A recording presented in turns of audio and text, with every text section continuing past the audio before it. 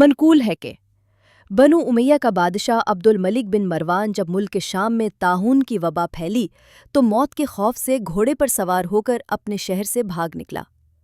اس نے اپنے ساتھ خاص غلام اور کچھ فوجی بھی لے لیے۔ وہ طاعون کے خوف سے اس قدر خائف اور ہراساں تھا کہ زمین پر قدم بھی نہیں رکھتا تھا بلکہ گھوڑے کی پشت پر ہی سوتا تھا۔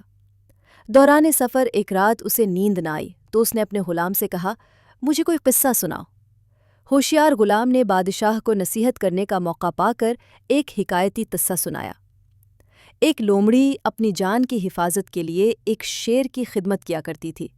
کوئی درندہ شیر کی ہیبت کی وجہ سے لومڑی کی طرف نظر اٹھا کر بھی نہیں دیکھتا تھا، اور لومڑی نہایت ہی بے خوفی اور اطمینان سے شیر کے ساتھ زندگی بسر کرتی تھی۔ اچانک ایک دن ایک عقاب نے لومڑی پر جھپٹا مارا تو وہ بھاگ کر شیر کے پاس چلی گئی۔ شیر نے اسے اپنی پیٹھ پر بٹھا لیا، لیکن عقاب نے دوبارہ حملہ کیا اور شیر کی پیٹھ سے ہی لومڑی کو اپنے پنجوں میں دبوچ کر اڑ گیا۔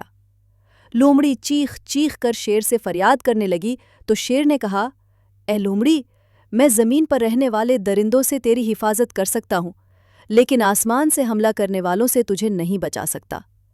یہ قصہ سن کر عبد الملک کو بہت عبرت حاصل ہوئی۔ اسے سمجھ آ گئی کہ میری فوج ان دشمنوں سے تو میری حفاظت کر سکتی ہے جو زمین پر رہتے ہیں، مگر جو بلائیں اور وبائیں آسمان سے نازل ہوں ان سے نہ میری بادشاہت مجھے بچا سکتی ہے، نہ میرا خزانہ اور نہ میرا لشکر۔ آسمانی بلاؤں سے بچانے والا صرف اور صرف اللہ ہی ہو سکتا ہے۔